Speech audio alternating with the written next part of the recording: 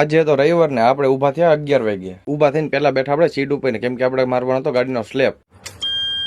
ચાવી ચાલુ કરીને માર્યો આપણે ગાડીનો સ્લેપ.